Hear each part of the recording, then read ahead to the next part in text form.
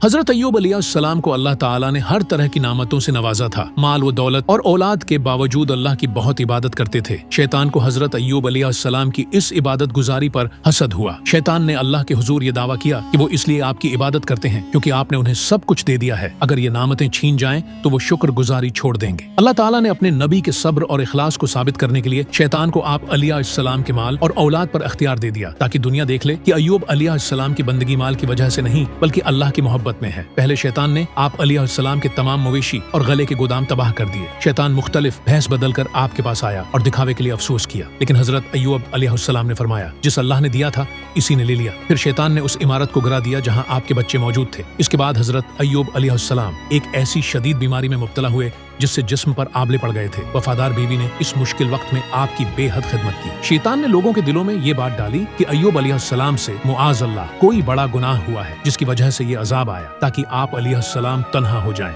जब हजरत अय्यूब अलैहिस्सलाम की बीमारी तवील हो गई और लोग इनसे दूर हो गए तो बीवी लोगों के घरों में काम करके अपने शौहर के लिए खाने का इंतजाम करने लगे। शैतान ने उस मुश्किल वक्त का फायदा उठाने की कोशिश की। शैतान हमदर्द के रूप में उनके सामने आया, तुम्हारे शौहर तो अल्लाह के नबी हैं, फिर उन पर यह हाल क्यों है? जब बीवी ने घर आकर हजरत अय्यूब अलैहिस्सलाम से वो बात जिक्र की जो शैतान ने उन्हें सिखाई थी, वो बात हजरत अय्यूब अलैहिस्सलाम को नागवार गुजरी तो हजरत अय्यूब अलैहिस्सलाम समझ गए कि यह शैतान का वसवसा है। आप अलैहिस्सलाम अपनी अहलिया की उस बात पर बहुत रंजीदा हुए। गुस्से में आकर अल्लाह की कसम खाई कि अगर अल्लाह ने मुझे सेहत दी तो मैं तुम्हें 100 कोड़े मारूंगा। शैतान का मकसद ये था कि हजरत अय्यूब अलैहिस्सलाम की जबान से कोई कलमा ही शिकायत निकलवा सके, लेकिन हजरत अय्यूब अलैहिस्सलाम ने इस तवील बीमारी में भी अल्हम्दुलिल्लाह कहना नहीं छोड़ा बल्कि अल्लाह की तरफ रुजुआ किया। ए अल्लाह, शैतान ने मुझे तकलीफ और ईजा पहुंचाई है। कई साल की आजमाइश के बाद जब आपने महसूस किया कि अब तकलीफ हद से बढ़ रही है तो आपने अल्लाह के हुजूर निहायत आजिजी से दुआ की। अल्लाह ताला ने आपकी दुआ कबूल फरमाई और हुक्म दिया, अपना पांव जमीन पर मारो, यहाँ से ठंडा पानी निकलेगा जिससे तुम निहाओ और उसे पियो। जैसे ही आपने ऐसा किया आपकी बीमारी खत्म हो गई और आप दोबारा जवान